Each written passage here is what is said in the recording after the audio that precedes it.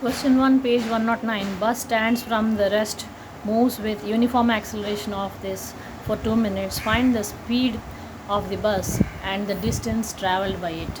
This is the question, out of which we have to once again pick the keywords. From rest. So bus is starting from a point of rest.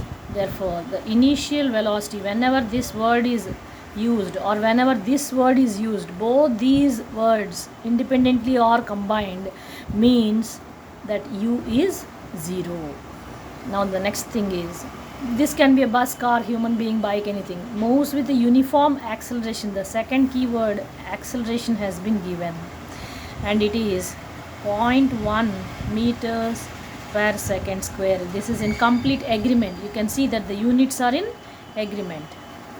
Next, for 2 minutes. Now this is another keyword. Time has been given, which is 2 minutes, but you can see the units are in disagreement.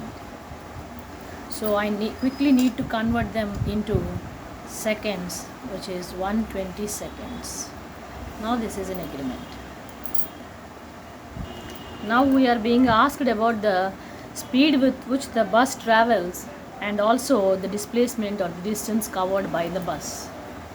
Herein you should understand that speed is nothing but he is asking the final velocity, and therefore this is this, and I have initial velocity, final velocity, acceleration and time. This is the unknown, and I have to pick the formula from these things, and here comes the point. I have acceleration, I need the final, I have initial and the time, and these being the derivations, I can directly apply this to, this is the derivation, t goes here and u comes this way, and therefore this is the formula I need to apply. Once the formula is ready, we have already seen the units for agreement of units. These are the fixed steps to do any physics problem. Arrive at the given, pick the keywords, pick the formula, take the agreement of the units. Application of the formula is plug in the required quantities, and the fourth most important point is always carry the units into the sum. Carry units. I am taking time out because I want to impress upon your minds that this is such an important thing. Carry the units into the question. You will understand why. S square is nothing but s into s, and one s gets cut off and decimal place, so this 0 will cancel the decimal, therefore it is 12 meters per second. This has been this is the remaining unit after the cancellation and nullification. Therefore we get our answer along with the units if we carry the units into the formula. Now the next part of the question is to find the distance, and to arrive at the distance I have two formulae at hand. I can use either this one or this one because the rest all are already available. Since here there is minimum number of requirements, time is also available. I can plug in these values, and if I need to know s with the help of acceleration and velocities, I can pick this equation. It seems this equation is quite simple and easy to arrive at the answer. Let us check.